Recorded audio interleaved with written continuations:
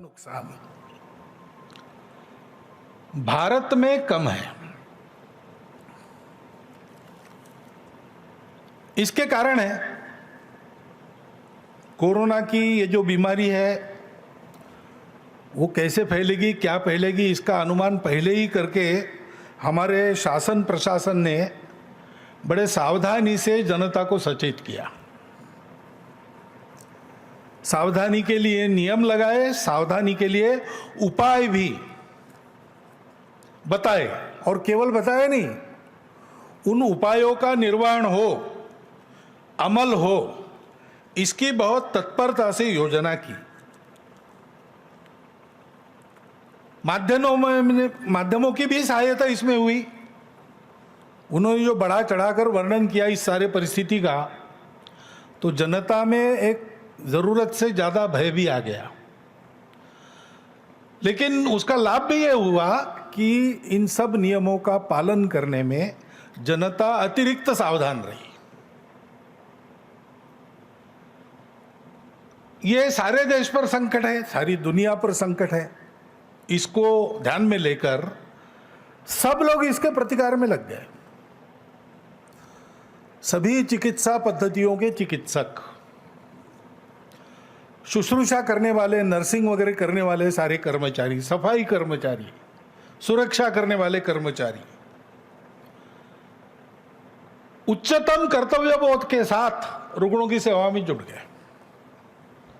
रात दिन परिश्रम करते रहे।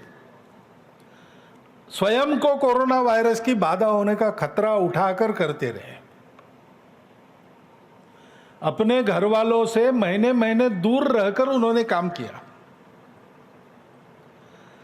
नागरिकों ने भी अपने समाज के बंधुओं की सेवा के लिए जो करना था स्वयं स्फूर्ति के साथ, कोई बहुत बड़ा आह्वान वगैरह किसी को नहीं करना पड़ा। सावधानी के तो आह्वान हुए, उसका पालन भी किया लोगों ने, लेकिन सेवा करने के लिए आह्वान नहीं हुआ। जिनको करना था वो लग गए, और जिनको करना था वो लग गए, यानी लगभग सारा समाज अपनी तो चिंता की ही, लेकिन दूसरों की भी चिंता करने में जुट गया। यानी जो पीड़ित लोग थे उन्होंने अपनी पीड़ा को भूलकर दूसरों की सेवा की। इसके भी कई उदाहरण पहली बार सामने आ गए। सहायता लेके जाओ तो उस घर के लोग कहते हैं कि हम और 7 दिन चला ले सकते हैं, हमारे पास वालों के पास अभी कुछ नहीं हो, उनको पहले दीजिए। पूजनीय बाला साहब के भाषण में एक बार बात आई थी, सार्वजनिक भाषण में, दाई नीड इज ग्रेटर, ऐसी एक कहानी। वो दाई नीड इज ग्रेटर का उदाहरण हमको इस बार स्वतंत्रता के बाद पहली बार देखने को मिला पूरे समाज के आचरण।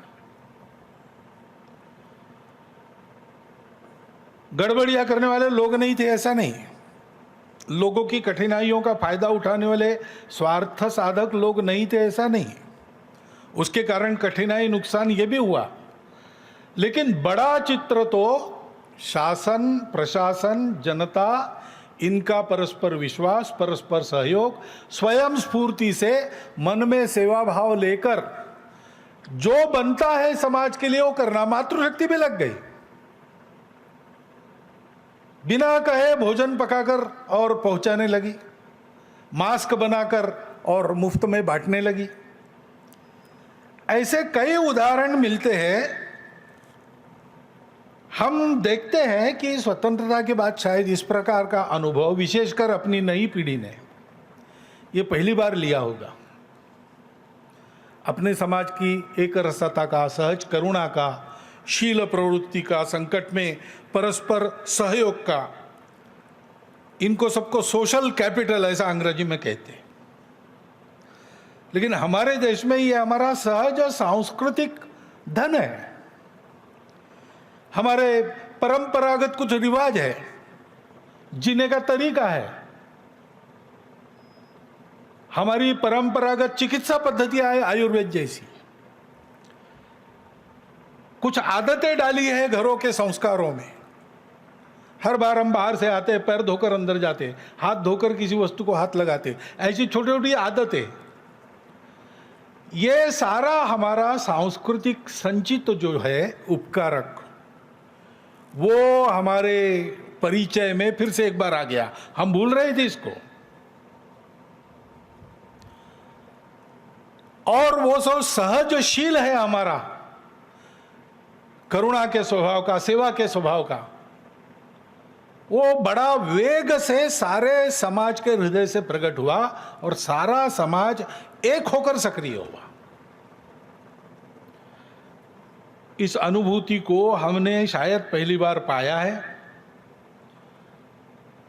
सेवा में रत जिनके नाम सबको मालूम है, जिनके नाम किसी को मालूम नहीं,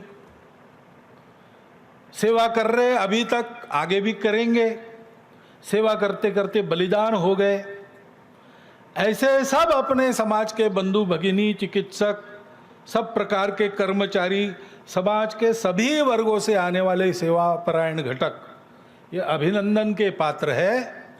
और जिन्होंने सेवा करते करते अपना बलिदान दिया, वो सारे हुतात्मा,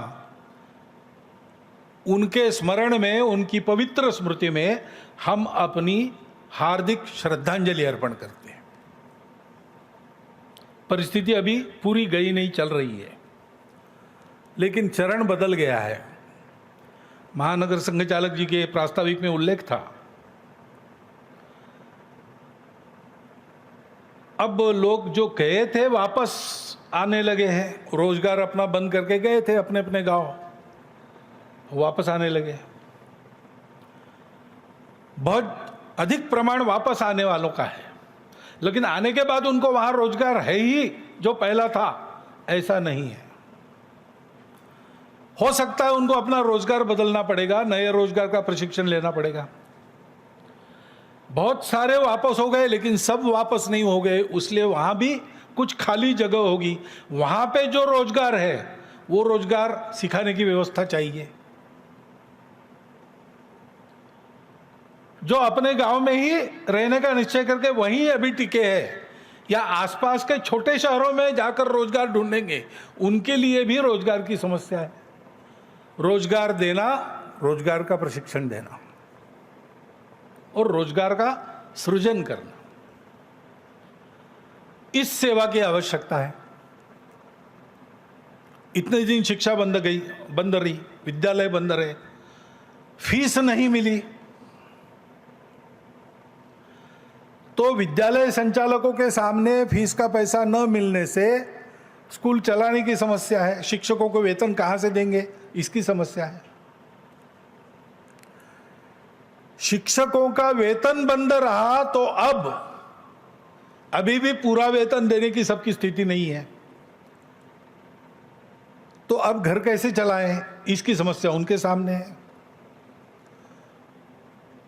छात्र पढ़ाई में पिछड़ गए, ये एक बात है, और अब फिर से विद्यालयों में जाने लगेंगे तो जिनके रोजगार गए ऐसे अभिभावकों के पास उनकी फीस भरने के लिए पैसा नहीं है। इसलिए उनके शिक्षा की व्यवस्था करना, शिक्षकों के उदर निर्वाह की व्यवस्था करना, विद्यालयों के निर्वहन की व्यवस्था करना, ये एक सेवा का आयाम ध्यान में आता है।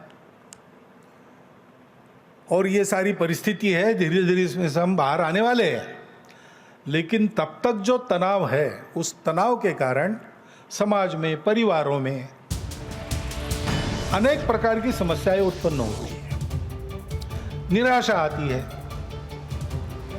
उसमें से एक तरफ अपराधों में बढ़ोतरी होने की संभावना रहती है, दूसरी तरफ आत्महत्या की ओर व्यक्ति बढ़ती।